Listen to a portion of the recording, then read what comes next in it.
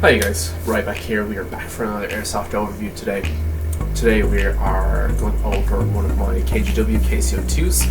I've done actually quite a lot of external and internal modifications to it, and it's kind of probably the best running KC-02 that I've had to date.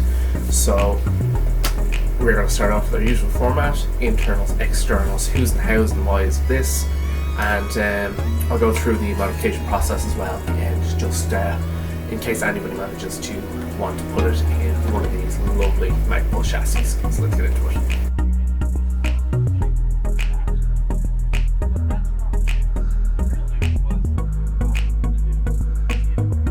The internals, we have a 370mm Maple Leaf Crazy Jet inner barrel that is paired with a Maple Leaf Decepticon booking, the yellow one, and a 3D printed hop-up unit.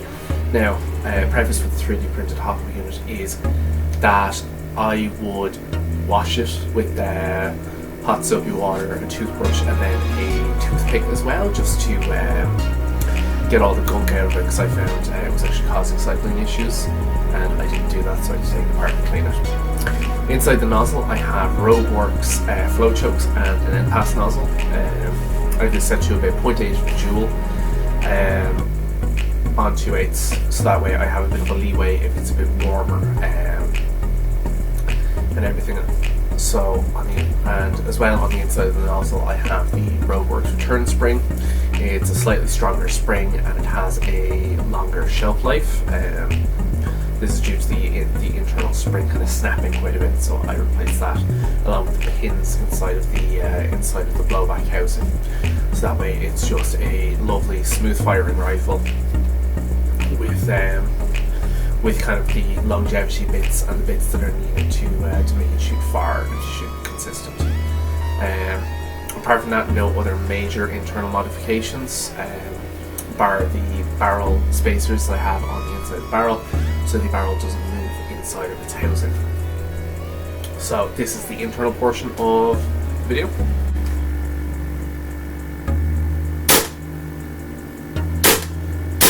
Let's go through the external portion. We'll go tip to butt, just like every airsoft goes. So starting off with the tip, we have an FMA against 190mm suppressor with an Emerson multi-cam Tragic suppressor cover. This is just to add a bit of colour and a bit of flair. I mean, if I really wanted to, I could add foliage and stuff to the rubber bands. I know that's not what it's for, if I'm getting keyboard warriors. Well, actually, but it's just an idea. So further on from that, we will go from the top rail.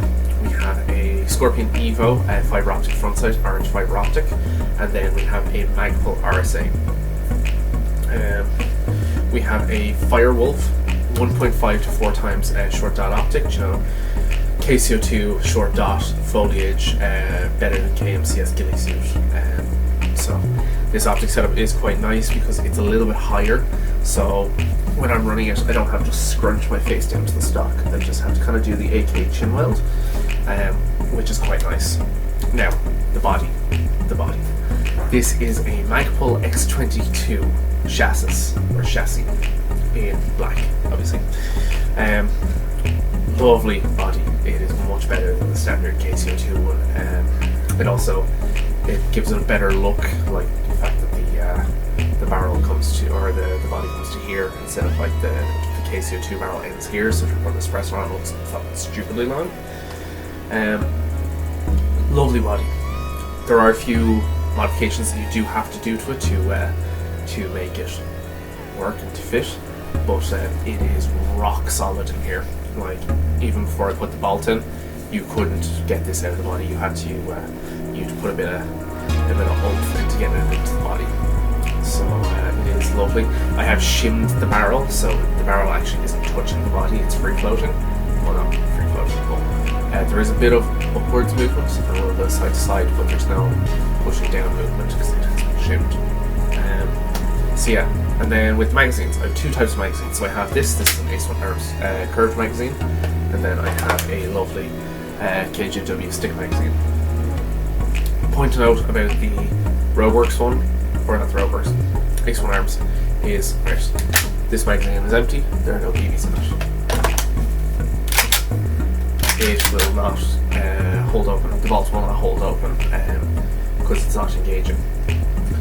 So, and then with the standard KC-02 magazine, bolt holds open. I kind of like the look of both magazines in it. I do kind of prefer the. So, how would I run this in the game? This is obviously a DMR style setup. So I would just run this as a DMR roll. Now I could take off the suppressor and put the barrel cap on wherever I have it, which brings it down to about the same length as the standard length M4, which you could just use normally.